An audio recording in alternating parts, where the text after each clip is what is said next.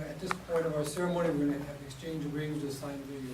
You can just say that, but if you read the prayers, it basically says it without even having to say that. So there's no need to explain what we're going to do, unless there's something out of the ordinary or something like that. Before I forget, with regard to the unity candle, it used to be, I'm not sure how you do it in the respective parishes, when people first started doing this, and it's not, you don't have to do it in a wedding either, but if you do it, people used to have, like you say, the parents come up, or the two mothers, I guess, come up. Mothers Or parents, they light the two end candles.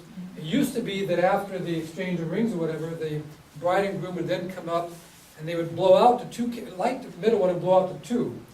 I think it's much better to keep all three lit. We do, we keep them all lit. And most, I think mostly do, because it used to say, well, you blew out the two, meaning that we're no longer two, but we're one. But what I sometimes say, even in the context of, I do want to do a little explanation about it, you know, the two still maintain their individuality and who they are, and yet they're one and blessed by God in a unique way. That's the symbolism here. One of the things I also do when we do the unity candle, they go do that, is the way it's set, and I explained now that the two are lighting their unity candle, and I usually explain that this is the light, it also represents the light of Christ in their marriage, and I will lift the candle and I have them both hold the candle during the song, whatever song's being done. And then I kind of back away and they both hold the candle, the unity candle up together, because it's like the three. It's symbolism.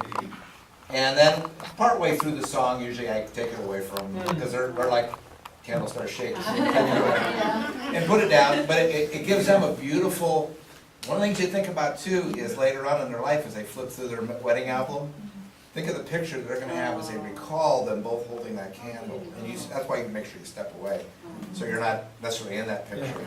And it's not only works well that way, but works well going forward for them. So you kind of think of the whole thing. One of the things I like to explain to them when we're doing marriage prep too is that these are the rites of the church, and also the whole prep that you are actually celebrating the sacrament together, where we're the official witnesses, and all those kind of things. But I always explain to them, I said, your parents have a lot to say about the reception. You have a right to say among all these options and things within the liturgy, you have the right to say that, your parents do not.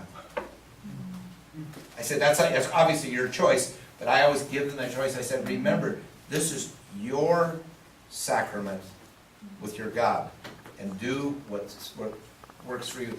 And if I explain that to them going in, usually what they've picked and selected is really very personal and really works well for them. I just wanted to say, I forgot to mention one thing, and I think it's really important because I've seen it the other way. Frank included himself as part of the assembly.